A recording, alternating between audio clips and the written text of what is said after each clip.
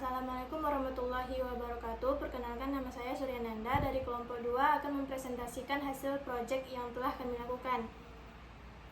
Yang dimana di sini dilatar belakangi yaitu kacang hijau mengandung protein nabati tinggi dan tahan terhadap kekeringan serta serangan hama. Perkecambahan merupakan tahap penting yang dipengaruhi oleh kondisi lingkungan dan juga ketersediaan hara pada media. Nah, menurut Dwi Saputro 1994, yang dimana air kelapa tidak hanya mengandung mineral tetapi juga mengandung sitokinin dan juga fosfor yang membantu pembelahan sel serta pertumbuhan akar dan juga tunas. Nah, air kelapa mengandung fitohormon tersebut yang dapat mempercepat perkecambahan dan juga pertumbuhan tanaman.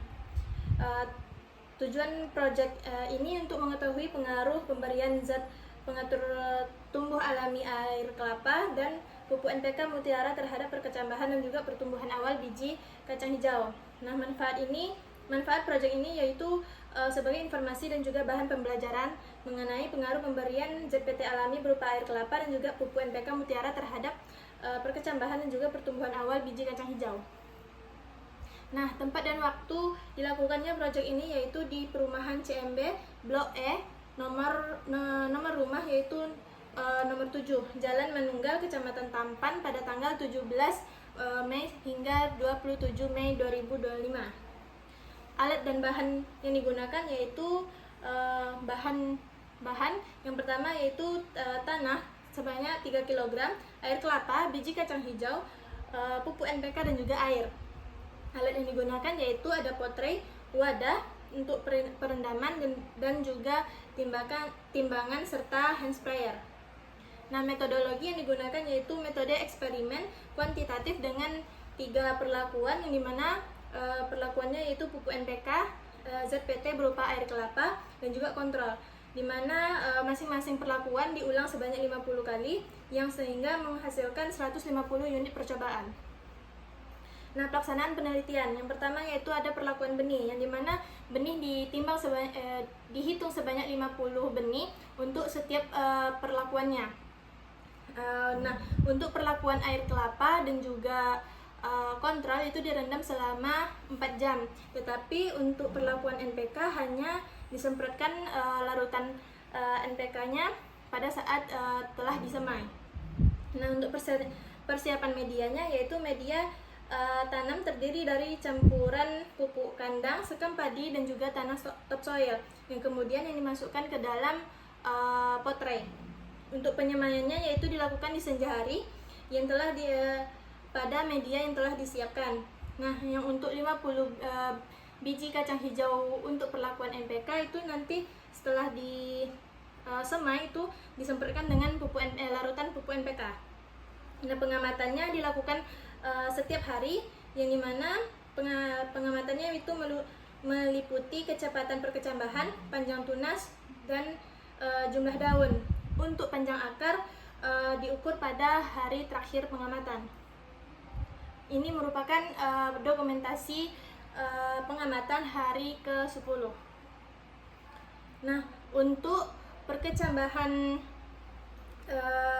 kacang hijau, rata-rata tunas kacang hijau serta panjang akar itu memiliki pengaruh yang signifikan pada perlakuan air kelapa, yang dimana dilihat dari semua pengamatan pada panjang akar, terus panjang tunas dan juga persentase perkecambahannya memiliki nilai yang tinggi dibandingkan perlakuan yang lain. Nah, hal ini disebabkan oleh adanya sitokinin yang berperan dalam meningkatkan pembelahan sel, sedangkan untuk auxinnya dan juga giberelin berperan dalam pembesaran dan pemanjangan sel, sehingga menyebabkan pertambahan setiap parameternya tinggi pada air kelapa. Nah, ini sesuai dengan pernyataan Dewi tahun 2008 yang mengemukakan bahwa sitokinin memacu pembelahan sel, pertumbuhan sel dan juga pengaktifan gen serta aktivitas metabolik umum.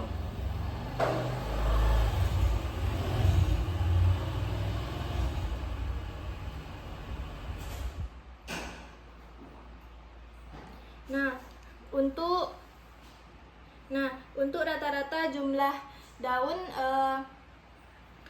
perlakuan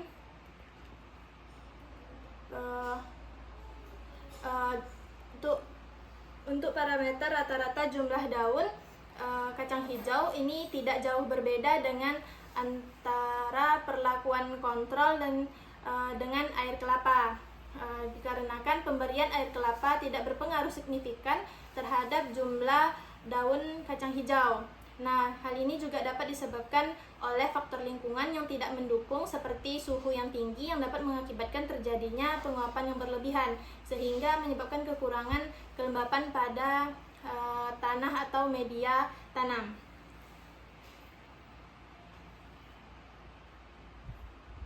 Selanjutnya yaitu sidik ragam panjang akar kacang hijau, yang dimana dari tabel ini dapat dilihat bahwa perlakuan tidak berpengaruh nyata terhadap panjang akar dan tidak terdapat interaksi antara perlakuan dengan kelompok. Nah, dapat disimpulkan bahwa berdasarkan hasil dari proyek yang telah dilakukan, penggunaan zat pengatur tumbuh alami berupa air kelapa menunjukkan pengaruh paling optimal terhadap proses perkecambahan dan juga pertumbuhan awal tanaman kacang hijau dibandingkan dengan perlakuan pupuk maupun kontrol. Nah, sekian yang dapat saya sampaikan. Wabillahi taufiq wal hidayah. Wassalamualaikum warahmatullahi wabarakatuh.